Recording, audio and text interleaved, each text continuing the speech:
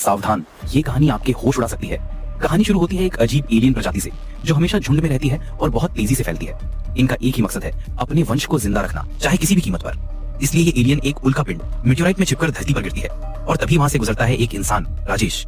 वो उल्कापिंड को देखकर रुक जाता है और लकड़ी से उसे छूने ही वाला होता है कि अचानक उसमें से एक जीती जागती मांसपेशी तीर की तरह सीधा उसके शरीर में घुस जाती है। राजेश जमीन पर गिरता है, लेकिन अब वो पहले जैसा नहीं रहा। अब उसका दिमाग एलियन कंट्रोल कर रहा है। उसकी आंखों का रंग बदल जाता है, उसका व्यवहार अजीब हो जाता है। अब राजेश को सिर्फ मांस चाहिए, कच्चा मांस। घर आते ही वो फ्रिज में रखा सारा मीट खा जाता है, जैसे बहुत दिनों से भूखा हो।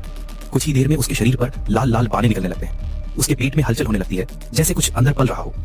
अब उसकी सबसे डरावनी इच्छा सामने आती है, प्रजनन करने की।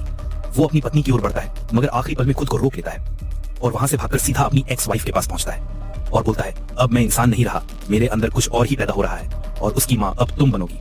अगले पार्ट में देखें एक्स वाइफ के साथ क्या भयानक हुआ, लेकिन उसके लिए चैनल को लाइक सब्सक्राइब जरूर करें।